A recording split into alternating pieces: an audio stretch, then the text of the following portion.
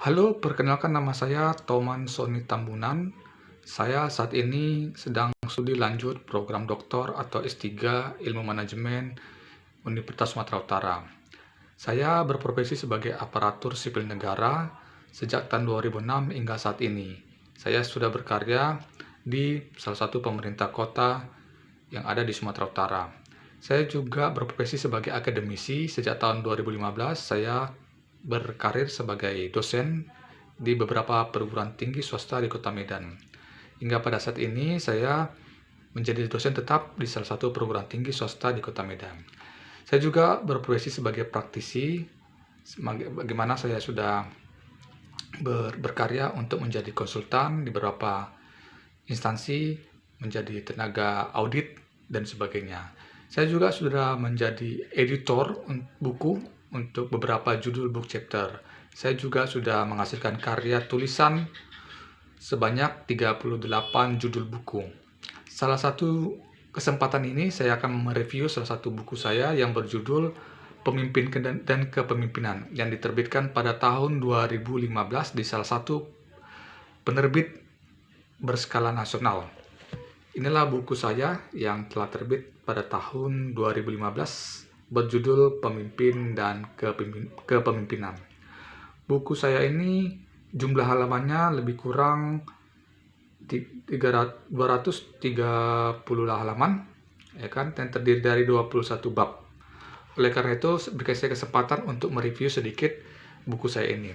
Buku saya ini terdiri dari 21 bab, yang dimana bab 1 dimulai dari pendahuluan, bab 2 dimulai dari bagaimana mendefinisikan pemimpin.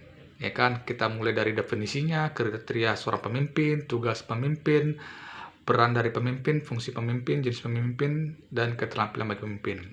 Kemudian di bab 3, saya mencoba membahas tentang kepemimpinan itu sendiri, mulai dari pengertian kepemimpinan, gaya-gaya kepemimpinan, tingkatan daripada kepemimpinan, etika kepemimpinan, kepemimpinan sebagai ilmu dan seni, prinsip-prinsip kepemimpinan, konsep kepemimpinan yang efektif.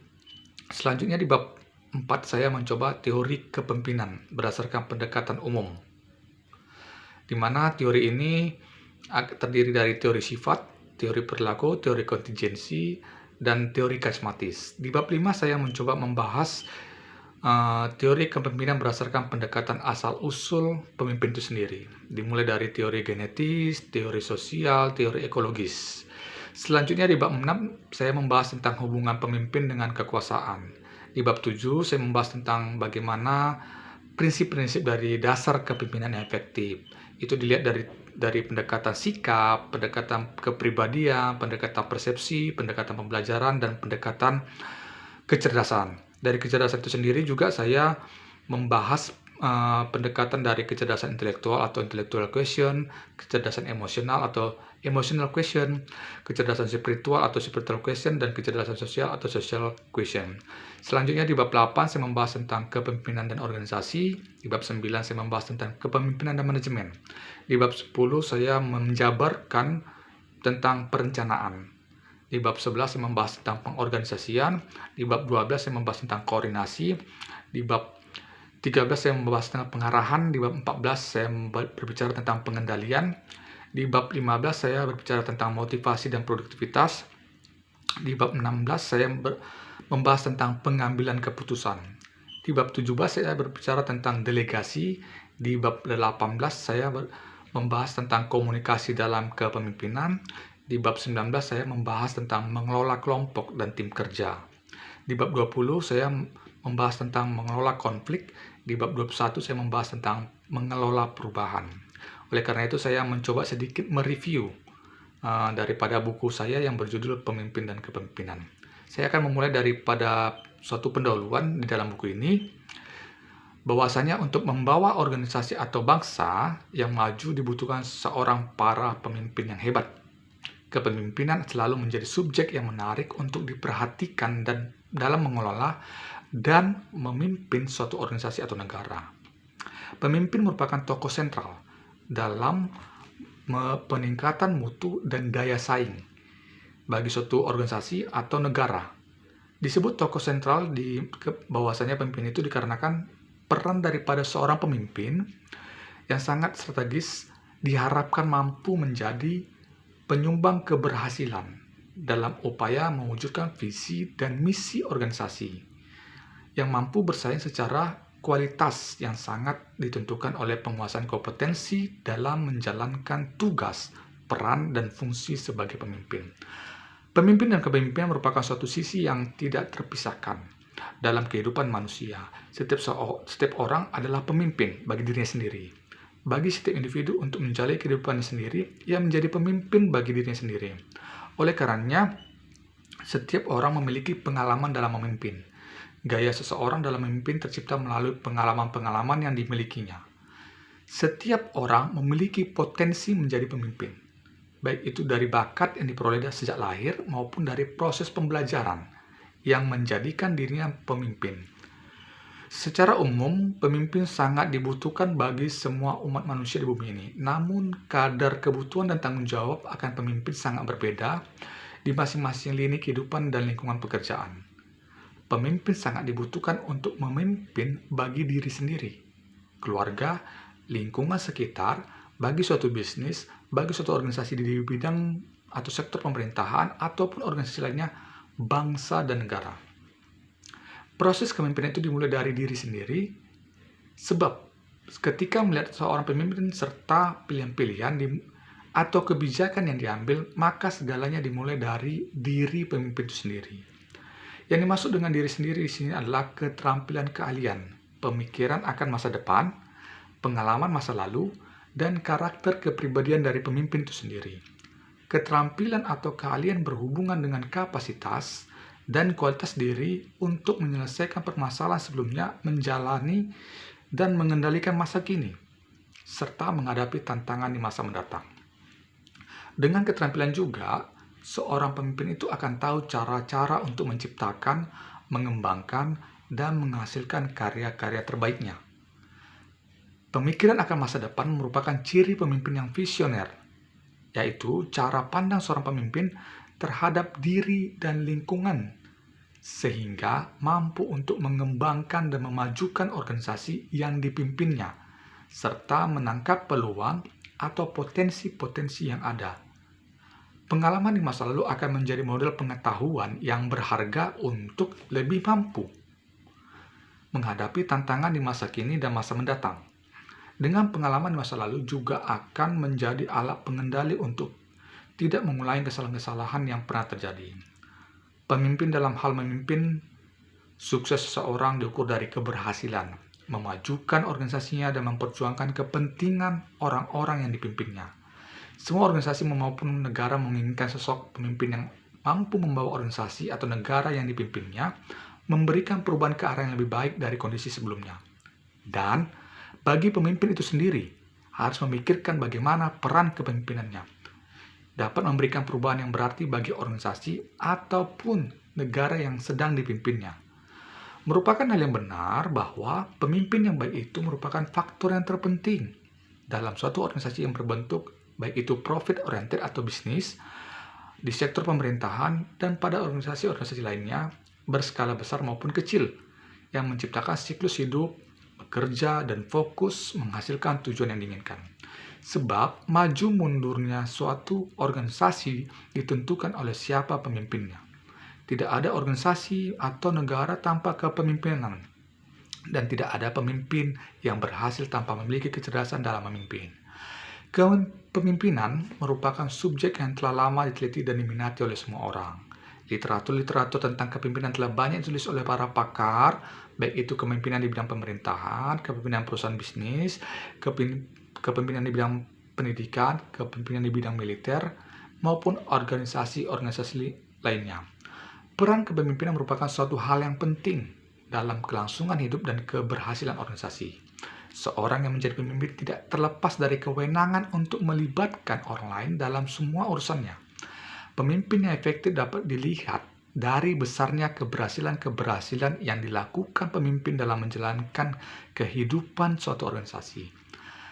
Penelitian-penelitian atau riset-riset tentang kepemimpinan dilakukan oleh banyak ahli, menghasilkan banyaknya konsepsi tentang kepemimpinan mulai dari pengertian kepemimpinan, sifat-sifat pemimpin, gaya-gaya kepemimpinan, serta beberapa teori-teori lainnya yang berkaitan dengan kepemimpinan. Hal ini disebabkan karena masing-masing para ahli memiliki keberagaman pengalaman, pendidikan, perbedaan lingkungan organisasi, keterbatasan akan objek penelitian, dan faktor lainnya. Tidak semua individu dapat merasakan pentingnya peran kepemimpinan dalam suatu organisasi, atau dengan kata lain, tidak semua pemimpin dalam menjalankan peran kepemimpinannya dengan baik dan efektif dalam proses kehidupan organisasi. Sehingga sebagian individu menganggap bahwa pemimpin tersebut gagal dalam menjalankan organisasi. Pemimpin yang cerdas akan memikirkan apa yang terbaik akan diberikan pemimpin tersebut kepada organisasi dan orang-orang yang dipimpinnya. Selain itu, pemimpin yang efektif berupaya menggunakan kekuasaan dan pengaruhnya dengan cara-cara yang positif. Jadi pemimpin yang berhasil adalah pemimpin yang mampu menciptakan lingkungan perubahan. Karena bagaimanapun juga perubahan itu pasti akan terjadi. Dan perubahan itu harus kita sesuaikan dengan kemampuan kita. Perubahan itu tidak bisa kita tolak, sehingga perubahan itu harus kita menyesuaikan diri kita terhadap perubahan-perubahan yang ada di sekitar lingkungan kita, sehingga organisasi dan orang-orang yang dipimpinnya merasa jadi lebih baik, unggul, dan menjadi lebih kuat. Pemimpin memiliki tujuan tertentu dan kepemimpinan sebagai sarana untuk mencapai tujuan tertentu. Tujuan-tujuan pemimpin haruslah bersifat praktis dan memiliki arti yang tepat bagi semua pihak berkepentingan atau organisasi, sehingga tujuan tersebut dapat dicapai oleh perorangan maupun kelompok organisasi. Kepemimpinan dapat digambarkan sebagai sesuatu yang tidak tampak dan tidak dapat diraba, namun dapat dirasakan melalui hasil-hasil yang ditimbulkan dari peranan kepemimpinan itu sendiri. Hasil-hasil tersebut dapat tercapai dalam rentang waktu yang agak lama, sebab semua yang dilakukan pemimpin tersebut mengalami suatu proses. Tidak ada yang serba instan, semua pasti akan melalui suatu proses. Dan dalam proses itu akan kita temui suatu pembelajaran yang positif, pembelajaran yang baik. Bila yang dilakukan pemimpin tersebut memiliki hasil atau tujuan dan memberi arti bagi orang yang di sekitarnya, maka peran kepemimpinan tersebut berjalan dengan efektif dan pemimpin tersebut merasa puas atas tindakan yang dilakukannya. Jadi, kepemimpinan merupakan bagian penting dari suatu organisasi dan manajemen. Kepemimpinan itu juga dibutuhkan di dalam kehidupan setiap individu. Itulah suatu pendahuluan di dalam buku ini yang saya telah jabarkan. Selanjutnya saya mencoba memberikan definisi daripada pemimpin. Saya mencoba mengutip beberapa pengertian-pengertian yang diberikan oleh para ahli. Ada menyebutkan bahwa pemimpin adalah seorang yang dengan kemampuan dan pengaruhnya dalam memberdayakan sumber daya, serta menggerakkan orang lain untuk mencapai tujuan yang ditetapkan. Seperti yang kita ketahui bahwa sumber daya yang dimiliki oleh suatu organisasi itu sangat banyak. Seperti sumber daya manusia, sumber daya material, sumber daya mesin, sumber daya bahan baku, dan sebagainya. Itulah sumber-sumber yang dimiliki oleh suatu organisasi. Keberhasilan suatu organisasi sangat tergantung dari kemampuan pemimpin dalam memberdayakan sumber daya yang dimilikinya, serta menggerakkan semua anggota organisasi untuk mencapai tujuan yang diinginkan.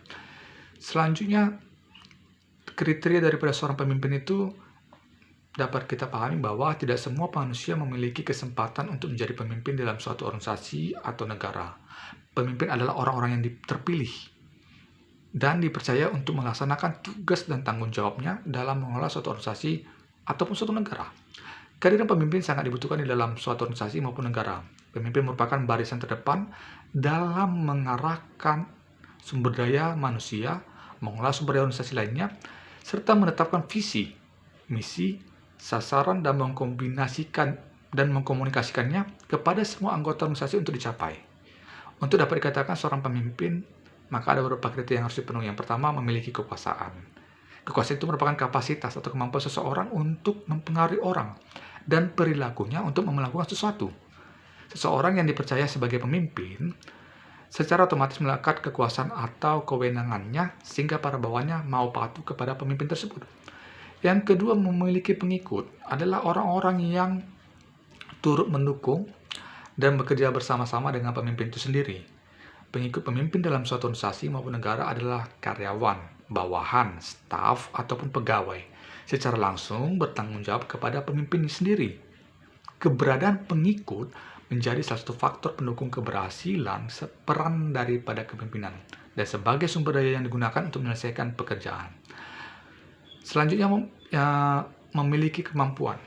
Kemampuan di sini dimaksud adalah potensi sumber daya yang dimiliki oleh seorang pemimpin. Kemampuan ini dapat berupa keterampilan teknis dan kecerdasan yang lebih dimiliki oleh seorang pemimpin. Kemampuan ini bisa diperoleh dari pengalaman-pengalaman yang dimiliki oleh seseorang dan proses pembelajaran yang dilakukan oleh pemimpin. Yang berikutnya membahas tentang tugas pemimpin. Di dalam buku ini akan saya jabarkan apa sih tugas daripada pemimpin sendiri. Secara umum, pemimpin dalam menjalankan kepemimpinannya memiliki tugas utama. Yang pertama, menyelesaikan suatu pekerjaan dan melakukan kerjasama tim. Tugas yang pertama, pemimpin harus bisa menyelesaikan pekerjaan-pekerjaan untuk menghasilkan tujuan yang diinginkan sesuai dengan standar yang telah ditetapkan. Pekerjaan-pekerjaan yang hendak diselesaikan harus terukur dengan waktu, sehingga pekerjaan tersebut dapat diupayakan penyelesaiannya sesuai dengan tepat waktu. Kalau kata tepat waktu berarti dia efektif, kan begitu ya, ada ketepatan waktu. Yang tugas yang kedua, pemimpin harus memberdayakan sumber daya manusia sebagai faktor penggerak dalam menyelesaikan pekerjaan. Seperti yang kita ketahui, aset yang paling utama, aset yang paling berharga di dalam suatu organisasi adalah sumber daya manusia. Sehingga SDM ini harus benar-benar dijaga, harus dipelihara, harus dipertahankan oleh suatu organisasi. Tanpa SDM yang baik, tanpa SDM yang unggul, maka organisasi itu tidak bisa berjalan dengan baik. Organisasi tidak bisa mencapai tujuan yang diharapkannya. Sehingga SDM sangat penting perannya dalam suatu organisasi. Untuk bisa mengelola sumber daya manusia secara efektif, maka pemimpin harus membentuk dan mampu membangun kerjasama tim yang baik antar sesama staf atau bawahan, sehingga hasil dan tujuan yang diinginkan dapat tercapai sesuai dengan yang direncanakan. Pemimpin harus mampu menjalin kerjasama yang baik akan memberikan manfaat yang positif, di mana setiap karyawan akan saling bekerjasama, menyelesaikan pekerjaan dengan lancar dan merasa nyaman. Oke, selanjutnya di dalam buku ini saya akan membahas tentang peran pemimpin. Pemimpin adalah seseorang yang bertanggung jawab untuk mewujudkan banyak hal yang dipimpinnya. Pemimpin yang efektif adalah pemimpin yang mampu membawa kemajuan bagi organisasi yang dipimpinnya, serta memberikan kesejahteraan bagi orang-orang yang dipimpinnya. Pemimpin yang sukses adalah pemimpin yang mampu menjalani hubungan baik dengan para bawahannya atau pengikutnya, dan bekerja sama untuk mencapai tujuan yang diinginkan bersama. Pemimpin harus senantiasa mendampingi dan mendukung para bawahannya dalam melaksanakan pekerjaan. Prestasi seorang pemimpin dalam mencapai suatu keberhasilan merupakan prestasi dari orang-orang yang dipimpinnya. Inti dari peran seorang pemimpin adalah memberikan nilai tambah yang bermanfaat serta membantu kelompok, organisasi yang dipimpinnya, dan atau masyarakat dalam mencapai tujuan mereka. Selanjutnya dalam buku ini saya akan membahas tentang fungsi daripada pemimpin. Fungsi secara umum dari pemimpin itu saya bahas dalam buku ini, yaitu fungsi sebagai pertama, fungsi penentu arah atau commander. Pemimpin harus mampu menentukan arah dan tujuan organisasi, atau dengan kata lain, pemimpin memiliki fungsi penentu arah mau kemana organisasi atau negara tersebut dibawa. Pemimpin harus mengidentifikasi serta menentukan visi, tujuan, dan sasaran yang diinginkan dengan mempertimbangkan faktor-faktor seperti sumber daya yang digunakan, sistem pendukung, waktu yang ditetapkan, serta biaya yang digunakan untuk mencapai tujuan. Yang kedua, fungsi dari pemimpin itu adalah fungsi mediator. Setiap organisasi maupun negara pasti akan menghadapi berbagai permasalahan yang mungkin timbul dari lingkungan internal maupun eksternal. Dalam menghadapi berbagai permasalahan tersebut, peran seorang pemimpin sebagai fungsi mediator sangat diperlukan, terutama dalam hal menyelesaikan permasalahan yang ada dalam dan mengambil suatu keputusan atau kebijakan dengan memperhatikan atau akan kepentingan bersama. Fungsi sebagai mediator, pemimpin harus menjembatani dan mempertemukan berbagai pihak-pihak yang berkepentingan dalam organisasi sehingga tercipta solusi dan keputusan yang efektif. Fungsi yang ketiga, fungsi integrator. Fungsi kepemimpinan ini bertujuan untuk mengedepankan dan mengakomodir semua kepentingan, kebutuhan, serta keinginan dalam lingkungan suatu organisasi untuk tercipta suatu sinergi bersama sehingga roda kehidupan organisasi dapat berjalan dengan baik. Yang keempat, fungsi transformator. Fungsi kepemimpinan ini bukan hanya untuk mengakomodir kepentingan, memenuhi kebutuhan semua orang, melakukan mediasi dan mencapai sinergi bersama, namun pemimpin tersebut sudah bertanggung jawab dalam membawa perubahan kehidupan orang-orang yang dipimpinnya menjadi yang lebih baik dari sebelumnya dan lebih manusiawi. Yang kelima, fungsi komunikator. Pemimpin yang efektif adalah pemimpin yang mampu melakukan komunikasi yang baik dengan orang-orang yang dipimpinnya dan orang-orang yang ada di sekitarnya. Pemimpin harus mampu membuang batas-batas atau sekat-sekat atau gap-gap yang dapat menimbulkan perbedaan-perbedaan dan memadukan semua kepribadian yang berbeda untuk menyelesaikan tugas-tugas dengan mudah. Yang keenam, fungsi motivator. Pemimpin yang hebat harus memainkan suatu fungsi peran, yaitu untuk memotivasi dan mengarahkan orang-orang yang dipimpinnya atau bawahannya dan orang lain yang ada di lingkungannya menuju ke masa depan yang lebih baik. Pemimpin organisasi yang hebat adalah pemimpin mampu mengarahkan dan menggerakkan bawahannya. Yang ketujuh, fungsi inovator. Pemimpin yang inovatif tidak ingin selalu menjadi pengikut, melainkan memikirkan bagaimana dia bisa memimpin dengan berdiri depan menatap lingkungan sekitar, kemudian bergerak, cepat menempuh dan mengarungi tantangan dengan daya energi inovasi yang tak habis-habisnya. Pemimpin yang menjalankan fungsi inovator memiliki peran untuk menghadapi tantangan dan persaingan baru, keberanian untuk menata faktor sumber daya sendiri untuk mengatasi persoalan dan menghadapi persaingan, sehingga dia mampu mengenali dan mengejar peluang baru melalui inovasi baru. Ini adalah 8 fungsi katalisator. Kepemimpinan yang kaitan dengan fungsi katalisator adalah seorang pemimpin yang terus berupaya menciptakan gagasan atau ide baru bagi orang-orang yang dipimpinnya, sehingga terjadi perubahan-perubahan ke arah yang lebih baik bagi lingkungan organisasi. Selanjutnya saya di dalam buku ini membahas tentang definisi kepemimpinan. Saya mencoba sedikit memberikan definisi daripada kepemimpinan, yaitu kepemimpinan sebagai proses mempengaruhi suatu kelompok yang terorganisasi untuk mencapai tujuan kelompok. Kepemimpinan adalah proses mendorong dan membantu orang lain untuk bekerja dengan antusias mencapai tujuan. Kepemimpinan adalah proses di mana mempengaruhi sekelompok individu untuk mencapai tujuan bersama. Selanjutnya di dalam buku ini juga saya membahas tentang gaya-gaya kepemimpinan. Secara umum gaya-gaya kepemimpinan itu adalah gaya kepemimpinan autokratis atau diktator, gaya kepemimpinan militeristis, gaya kepemimpinan paternalistik, gaya kepemimpinan partisipatif, gaya kepemimpinan laissez-faire, gaya kepemimpinan bebas kendali, gaya kepemimpinan karismatis, dan gaya kepemimpinan demokratis. Selanjutnya dalam buku ini saya juga membahas tentang etika dalam kepemimpinan. Etika kepemimpinan itu diantaranya yaitu menghargai orang lain, melayani dengan tulus orang lain, adil dan objektif, jujur, memiliki sifat yang jujur. Yang selanjutnya membangun komunitas. Selanjutnya di dalam buku ini juga saya membahas tentang prinsip kepemimpinan. Prinsip yang pertama yaitu melayani. Prinsip pertama yang paling penting harus diketahui oleh seorang pemimpin adalah memberikan pelayanan yang baik bagi suatu tujuan bersama. Menjadi pemimpin adalah tugas pengabdian. Selanjutnya membuat keputusan. Tentu pembuatan keputusan merupakan tugas paling utama yang harus dilakukan oleh seorang pemimpin. Yang ketiga, keteladanan. Pemimpin dinilai dari apa yang telah dilakukan atau diberikannya kepada organisasi dan orang-orang yang dipimpinnya. Yang keempat, prinsip yang keempat yaitu bertanggung jawab. Menjadi pemimpin merupakan tanggung jawab besar yang harus diemban sebagai bentuk dari amanah, dukungan, atau kepercayaan orang lain yang memiliki harapan kepada seorang pemimpin tersebut untuk melakukan perubahan-perubahan yang lebih baik dari keadaan sebelumnya. Prinsip yang berikutnya yang kelima yaitu kerjasama. Pemimpin yang efektif akan mampu menciptakan budaya kerjasama tim yang baik di antara anggota organisasi, melakukan komunikasi yang efektif dengan para bawahan, serta menciptakan lingkungan kerja yang baik. Prinsip yang berikutnya adalah menciptakan perubahan. Pemimpin harus mampu membuat terobosan-terobosan baru sehingga tercipta suatu pembaruan fundamental, baik di tubuh organisasi, produk atau jasa, maupun bagi orang-orang yang dipimpinnya. Pemimpin yang memiliki inovatif dan kreativitas akan menghindari pola kerja yang bersifat rutinitas. Itu saja yang bisa saya jelaskan dengan singkat untuk review terhadap buku saya yang berjudul Pemimpin dan Kepemimpinan.